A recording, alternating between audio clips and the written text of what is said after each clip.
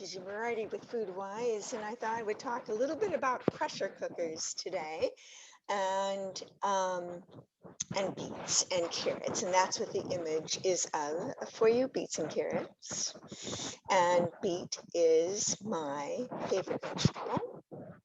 These are root vegetables that I harvested from the garden last week, and they are still good and delicious. And I'm going to talk a little bit about pressure cookers because they're worth exploring. But honestly, there's a simpler way to cook beets too, if this seems complicated, and I'll share that at the end. So this is the recipe for pressure cooker vegetable stew. And I just have to say, I'm very excited today. I learned that Food Wise was a finalist in the Independent Author Network competition, which is a very highly reputable competition with a lot of entries. So it was a finalist in the cookbook section. Pressure cooker vegetable stew.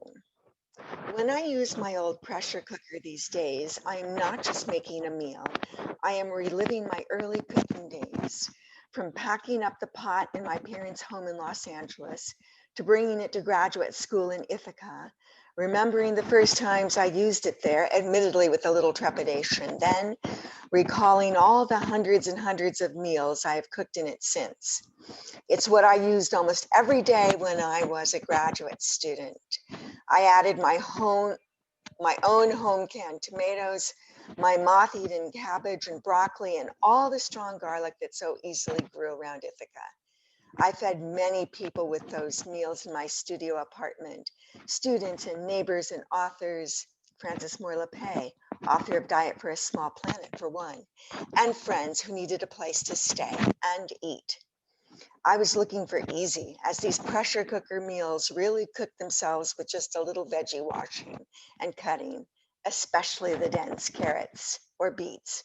I used butter, then olive oil, and now I'm back to butter. I love that pressure cooker to death, literally, as I needed to replace the rubber ring that seals the lid several times. I remember as a 22-year-old student going into the local Sears for a replacement for the overstretched ring. And the 60-something clerk looking at me with wide eyes. How could someone wear out that rubber seal? Easy. Just cook with it every day. I wore out ring after ring. That's how much I used it. And getting the right replacement size was sometimes difficult. Now, an easier way to cook beets is to peel them or not. The peel actually will come out in the cooking water, come off, soften and come off in the cooking water. Cut into small pieces about this big. I like kind of triangular shaped wedges, about this big, in 3/4 of a cup of water for 3 or 4 beets, more if you have more, and then just let it parboil, simmer for, can take 15 minutes. So that's my recommendation for an easy way to cook beets.